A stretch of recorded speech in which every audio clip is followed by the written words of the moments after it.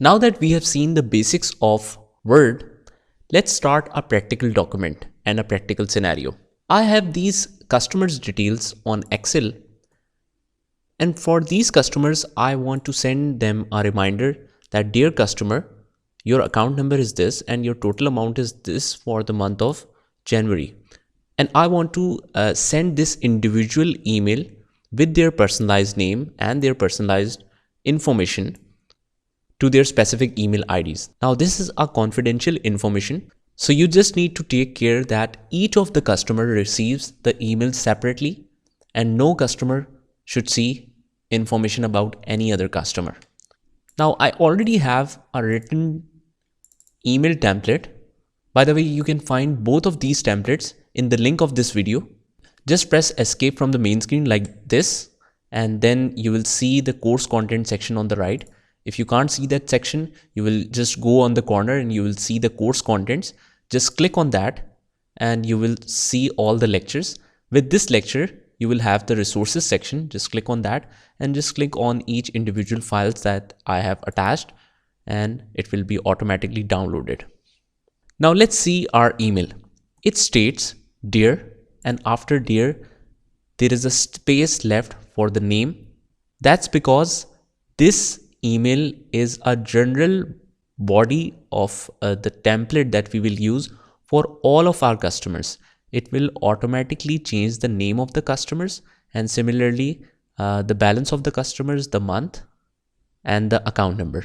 It will pick all the information for the individual customers from Excel sheet.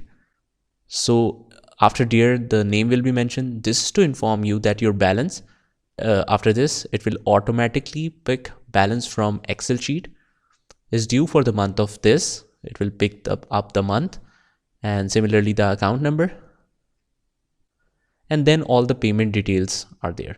Regards, Team Account Tech. Now this is the main body of the email. Now if you notice on this email, there is some areas that are highlighted. If it is highlighted in blue, that means this is a mistake in the basic syntax of the writing. Like balance is, between these two words there are two spaces. So I'll just right click and it will recommend the correct format. It should be with one default space. I'll just click on it and it will automatically be corrected. Now if it is highlighted in red, that means this word is not in the vocabulary of Microsoft Word. So what we just need to right click. It suggests that is it accountancy or accountic. So if we want to use this word frequently, you can just add to the dictionary and then it will not show this correction. Similarly, after name, it should show the colon sign immediately, not after the space. So if we right click on it, see it's recommending the correct format. So similarly, Mizan, this is a bank account name. So obviously it will not be identified by word vocabulary. We can just right click and add to the dictionary as well. And similarly number, and similarly code.